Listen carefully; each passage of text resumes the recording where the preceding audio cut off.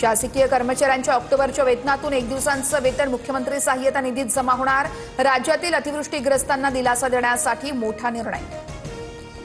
मृत कबुतरांच्या आत्म्याच्या शांतीसाठी धर्मसभेत प्रार्थना। 11 ऑक्टोबरला दादरमध्ये जैन समुदायाकडून प्रार्थना सभेचं आयोजन। रिझर्व्ह बँकेकडून राज्यातील 4 सहकारी बँकांवर निर्बंध। बँकांना रिझर्व्ह बँकेच्या पूर्व परवानगीशिवाय कर्ज देण्यास मनाई। ठेवीदारांचा पैसा परत करण्यास बँक असमर्थ ठरल्यानं कारवाई। जालना रेल्वे स्थानकावरती 2 गटात वाद। स्थानकाबाहेर तुंबळ हाणामारी। पाण्याची विक्री करण्यावरून वाद तर 5 जणांविरोधात गुन्हा दाखल। पुण्यात रात्री 10 वाजल्यापासून सकाळी 6 वाजेपर्यंत फटाके फोडण्यास बंदी। आदेशाचं उल्लंघन करणाऱ्यांविरुद्ध कायदेशीर कारवाईचा पोलीस आयुक्तांचा इशारा।